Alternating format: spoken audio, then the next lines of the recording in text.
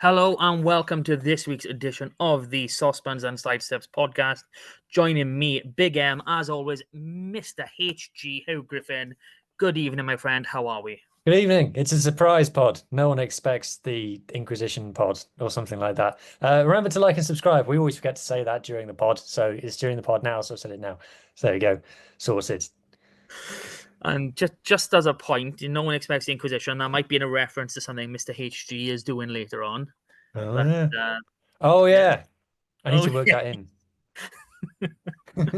But okay, just for everyone listening, this is going to be short and sharp in case you haven't looked at how long this pod is running for. So, bit of news these past few weeks. It seems that we're now getting news on Thursdays, which, I prefer to Newsday, but we're getting news every week, so I'm happy with that. Yeah. So we've had re-signings. We've had Max Page pen, what I believe his first pro contract. First So, pro contact.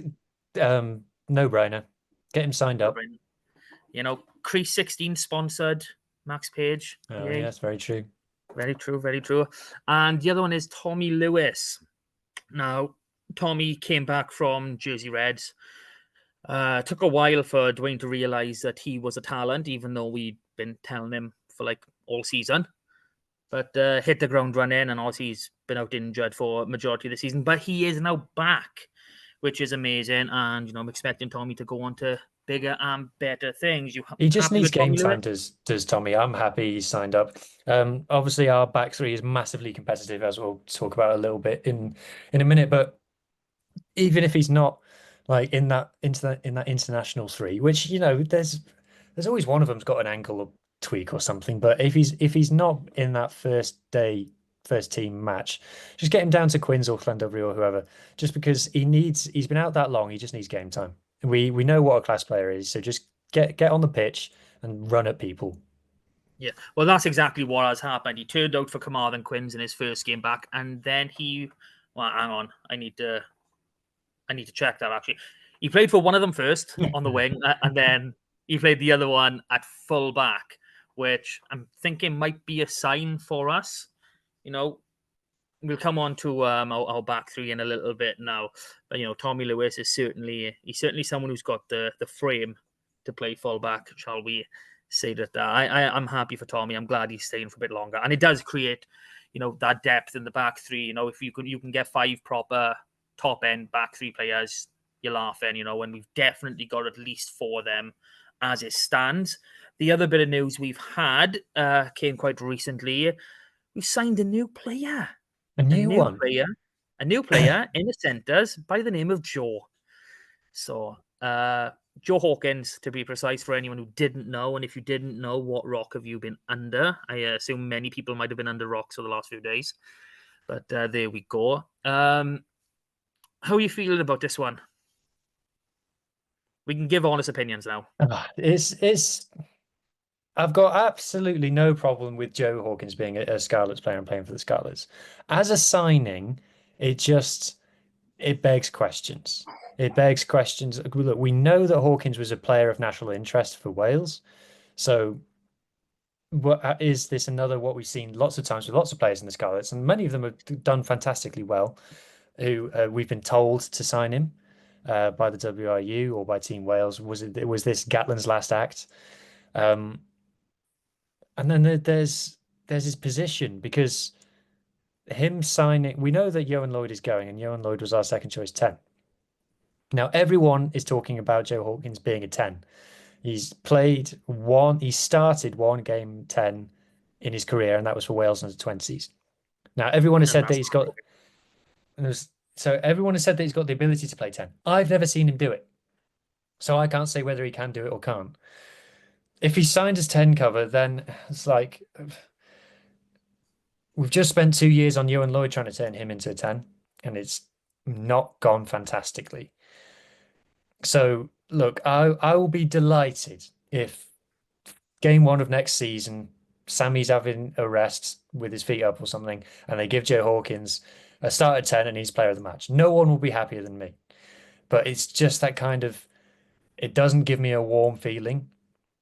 Just because of the example that we've had with Johan Lloyd. And then if he's signed as a centre, that kind of makes you go, well, who are we losing then? because we've got three amazing centers already, plus Max Page coming through. So it's kind of a bit, it just makes me wonder other things. It makes me worried about other things. I'm not worried about Joe Hawkins being a good player. Like that's not what I'm worried about. And um, the more the merrier. But it means that some other news is coming in some way. Then so it makes me apprehensive. Yeah, I'm 100% with you. The only way some news isn't coming is if he is solely as a 10, and that itself, like you said, that begs a lot of questions. That obviously we've gone back to square one. Really, we tried to convert a fullback, well, utility back, really, in Johan Lloyd into a 10. Like you said, didn't go perfectly to say the least, and now we seem to be trying to do the same with the centre. Now, in terms of converting into a 10, I think you got a much better chance doing it with Joe Hawkins than you do with Johan Lloyd, just because the style of player he is, he can actually kick a ball, which is something you need as a 10. Uh, yeah, I like I was all happy positive doing my instant reaction because you gotta be happy positive. You just had a new sign in. You gotta do it. Yeah, But in exactly. reality, like I said, I don't understand how in house they could have gone, you know what, we definitely need a new centre. I don't understand how they can come to that conclusion, especially when, as far as we're aware, we've got at least three young centres tied down in Joe, Eddie, and Max. And then we've got Johnny Williams, who could potentially leave, and so that is kind of, the penny or whatever is waiting to drop.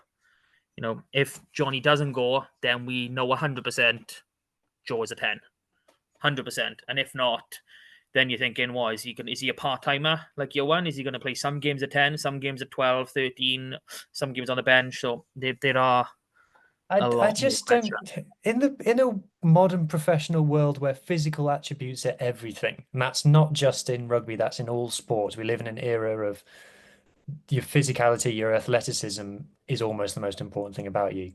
Why you need a a 10 who's 100 kilograms, I'm not sure. I just I'm not sure what list we've gone down saying this is what we need as a team, and Joe Hawkins is the answer to that. Like I said, I'm not against him playing for the Scarlets, but it's one of those. It's a bit like, not to talk about other regions, but it's a bit like Cardiff have announced some signings recently. Great players, but was it what they need? And I'm the same with Joe Hawkins. Is that what we need as a team? And like I said, no one will be happier if he rocks up at the Scarlets next season and gets player of the match in every single game. No one will be happier than I. Yeah. And another concern I have is this season we had three young tens, you know, going into this, and they need guidance. You know, Next season we've still got three young tens who need guidance. We really could have done.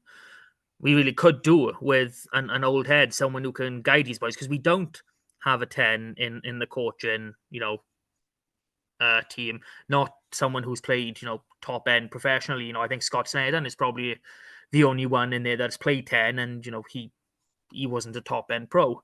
So it's someone in that category we could do. Even if it was in the coaching team, I'd take that on. Maybe Carwyn Leggett-Jones is going to come down and give them all lessons.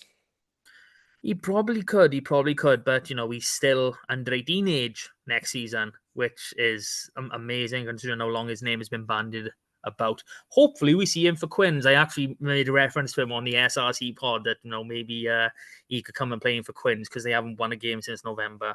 But there we Hmm. are. So, should we do Oh, community? Oh, no, just other bits of signing news. Right. We've been like discussing that we thought Scarlets might be signing Stephen Varney for a while. That was widely rumored. It is now being reported today that he's actually signed for Exeter. Now that's an interesting side story on its own because Exeter spent the last 2 years explaining how they were going to back the youth and have now gone on a massive recruitment drive and signing internationals from other nations. So it hasn't worked, has it, Exeter? But yeah, that again is another area where we think we might be needing to sign a player. And if it's not Stephen Varney, then maybe there's someone else who's going to come out of the woodwork in terms of Yeah. giving us more scrum half cover. Don't know who that is. The Scarlets have said that there will be more signings announced over the next 12 weeks, which is flipping ages. So I don't know how they thought they were reassuring with that. Like, oh yeah, if imagine I told you just like I'll do it at some point in the next 12 weeks, it's fine. Yeah, I mean, I can understand the reasons they want to keep, the season ticket sales going. They want to keep it relevant. I personally, I think, like you suggested, I might have done that over a shorter time, probably more 6 weeks, probably even less. Unless we're Maybe do signing it. 12 players, it's one a week. In which case I'm fine with it. Yeah, we've already had two re-signings, so Hmm. I don't think it's going to be, another nine new signings unless we're losing a lot of players, which I'd rather not have that sort of turnover. But Yeah. yeah. Shall we have a quick look at the community? Go on then. Okay, this is going to be a slightly different community update because we want to be quick. So I am putting the community update on the screen now for anyone watching visually through YouTube. I will also upload this onto our socials so you can all take a quick look. The big one you want to be aware of is Llandovery are playing Ebbw Vale in the SRC Cup final this Thursday night, which is currently less than 24 hours away from recording. That's a big one. It'll be live on S4C. I don't know if it's on the terrestrial channel, but it'll definitely be online. Got So some that big one, scores in this week, Mark. yeah, there are. So there's let's pick out the biggest one. So 105-10. Neyland beating Langham in 4 say that was a big one, and Wanderers, posted an 82-14 victory over Maesteg Quins. So Yeah. there are a good few wins in there. There's also some youth rugby on the side if you fancy it, and I am now going to stop sharing, and we will get on to Wait, I what's want to coming up. wait, hang on. Ah, In the SRC, I was just reading the yeah. scores there. So Llandovery took 50 at home. What's gone on there? We don't know what's happened. It's a cluster something. Yeah, 1952 at home. The kind of first time in like 20 years they've taken 50 at home. So we're not sure what happened. They've bounced back, and they've won their final cup game. I don't think I've actually put that in. I think I'm like a week out. I probably am a week out. Meh. No, I'm not. I got two Llandovery games in there. Yeah. No, I'm not a week out. Sorry, And guys. did Yeah, I see Griff Watkin played for Llandovery? yeah, he got his debut uh, this past weekend against Aberravan. Came off the bench, him and Adam Warren, nice little team there, It's a master and good team apprentice from partnership. Llandovery College as well. So, he had a Scarlets emblem next to his name, young Griff Watkin did. So one can only assume he has already signed a senior contract, senior Well, academy we contract. were expecting some of the under 18s to sign an academy contract, weren't we? Yeah, we are. There's a few. Dom Kossuth is one we especially expect to sign. Ocean Williams as well. There's a good few boys in there. And I've just named two back rows in the centre. So you can't go wrong. Yeah. Um, Obviously, Griff Watkin is going all the way because he's got the ideal rugby name centre called Griff Watkin. He's going to go well. who just loves him? I don't know why. And he It's wears a weird. scrum cap. He's a 13 who wears a scrum cap. Hell, you got to be based down west if that's the case, innit? Okay, so on to this coming Saturday, the Stormers are coming to town, and we should be relatively at full strength. We've had the announcement that Max Douglas is essentially out for the Yeah, season. that's a bugger, that is. He's been fantastic all season. And Yes, especially when he slots into six, I've been a big fan of that. Yeah, that's a killer. Unfortunately, so it's on Jack Price, I guess, his next cab off the rank. We might even see Morgan Jones on the bench. yeah, probably not. But Or we can play Ver for feet in the second row because that used to go really well. So I don't know why we've stopped doing that, but that is an actual decent idea. I hadn't thought about doing that in a very long time. But yeah, so Josh McLeod has been passed fit. Now Excellent. that is the biggest news of all. And apparently, all of our international contingent will be returning. Now, a couple of those boys are coming back with minimal minutes. Kemsley Matthias hasn't played a minute of rugby. Eddie James didn't get much. Henry Thomas as a prop playing only 3 games, getting subbed early in the second half. He's only had something like 135 minutes over the last 5-6 weeks. Obviously, the extra week, much no longer than that, isn't it? It'll be 7-8 with the 2 follow weeks included. So obviously they will come straight back into it. The 2 players who played in the last 2 games, Joe Roberts, who were amazing, by the way. Who went on the wing against Scotland for most of the game after Tommy went off, fractured his thumb, of all the things. So yeah, shame about it. Get well soon, Tommy. But Joe Roberts came on the wing and turns out that he's a world-class winger and put Darcy Graham in a box for 70 minutes and didn't let him out. And then made line breaks and post-contact beaters for days and dominant hits for days. Sensational. Like, I'm not saying play him on the wing for the Scarlets because he's quite good in the sense of his defense is so good. It's amazing. It's unbelievably good. Don't go off missed tackles like for wingers. If you're playing on the wing, ignore missed tackles because if you're chasing a ball, if there's a kick that goes up and you're chasing it and the kick's too long and the opponent catches it, but if you just like lay a hand on them, that counts as a missed tackle. So ignore missed tackles for wingers. Joe Roberts' defense was world class, and he Is has world class. 8 dominant hits.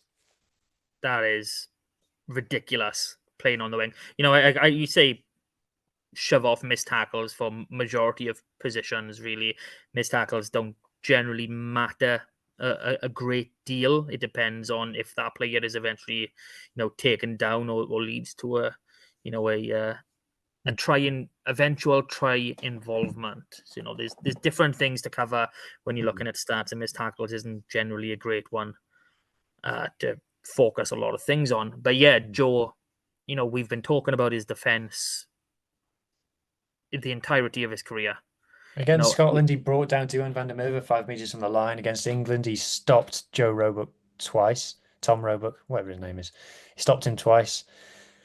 Yeah. And then turns out Blair Murray is the most exciting fullback in the whole of space and time. Who knew? He is. Yes, and amazingly, he doesn't play any club rugby at fullback, which is phenomenal in itself. He wasn't really. We're going to give you a lot of praise, Blair. Don't worry. He wasn't phenomenal in the air. It has to be said. I think the whole back three struggled in the air. Yeah, I know. I'd agree with you. Like Ellis Mee came in for that first game against Ireland, was phenomenal. I'm using that word a lot. My apologies.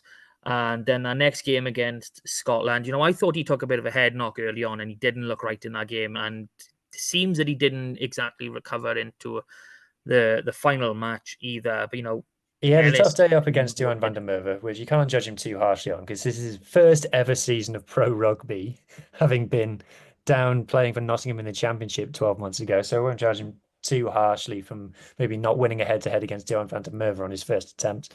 And then, look, there was another game after that, and I don't really want to talk about it at all. But yeah, Blair Murray. The question is now, does he play fullback for the Scarlets? I mean, that is a question, and I'd like to be able to say no is the answer every single time, unless we are literally looking at bare bones in our back three department, and we're really not. We talk about, we said earlier about how stacked our back three is. So you've got Tom Rogers, Tommy Lewis, Ellis Mee, and then Blair Murray as those 4. Blair is the last one of them I would want to put at fullback. The other 3, they've all got experience here. They've all got that additional height, which is becoming more prevalent now, especially with these escort laws have been brought in. I can see that becoming more of an emphasis.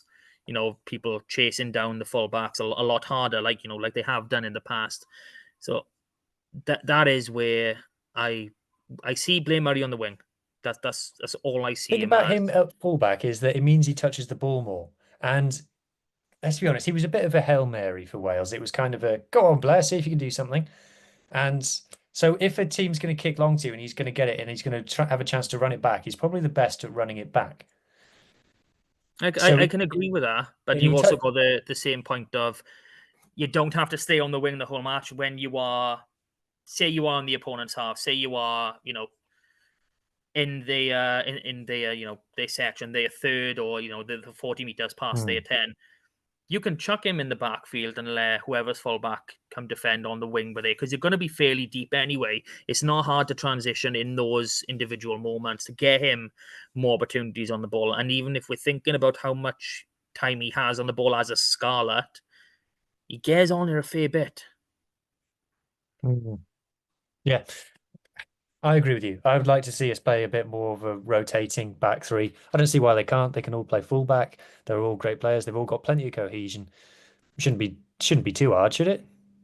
No, no, it should not. So that kind of brings us to the game itself. Now, can't really say much about Stormers. They've been below poor this season. They've been They, terrible at times. Let's be yeah, honest about it. It's just see everything that I said in the build up to Ulster.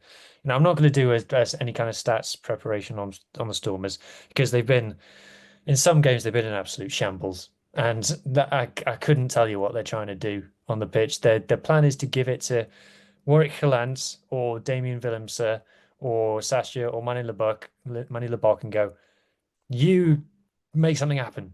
That's their plan. They like put as many Johan Lloyds as possible in their team and just hope for the best. And sometimes it works and sometimes it doesn't. We it's a must win. Like when was the last time we lost at the Park? A long old time ago. They're below us in the table. They don't tour very well. Job should be a good one. yeah, it really should.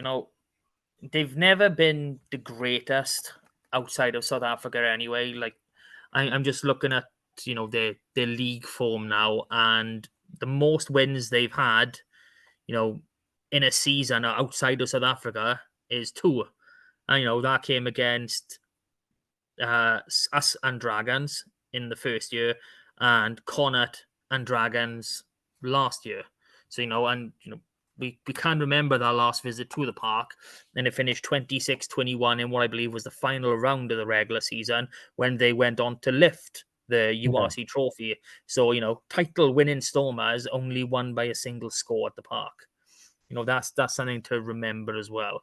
And I'd like to think that we are a better team now than they were then, and they are definitely a worse team now than they were then, which is rather convoluted again.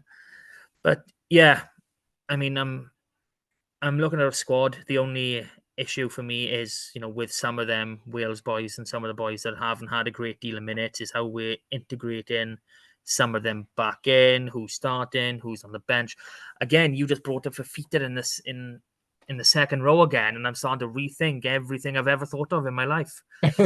Uh, yeah, well, selection wise, is there anything you're looking out for? I'm interested to see if Harry Thomas gets a go off the bench. I Now, can't see it. it's just we've got a very stacked hooker position, but he was so good for the under 20s. Has he had much SRC game time this year? No, I think he's played 4 or 5 games. He has been a fair bit injured, and you need to remember that the under 20s start from beginning of December. They have a few development games, then they add those games against the regional 23s, and then into the Six Nations. So they were like 2 weeks training, two development games, 2 weeks training, two development games, 2 weeks training, Six Nations.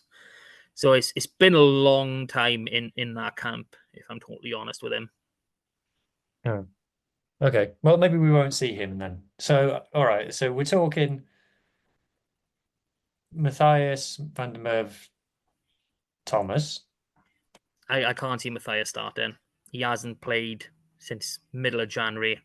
You've got to be any form he had. So, and him and Henry were the form props in Wales going into the Six Nations, and they've come away with bunk minutes. Honest to God, Yeah, it's a good been job, you know. terrible. It's a good job they picked Wilgrave John, isn't it? Yeah, I know. It's not as if anyone can have, Not one as if good we had any season. evidence that might not go very well.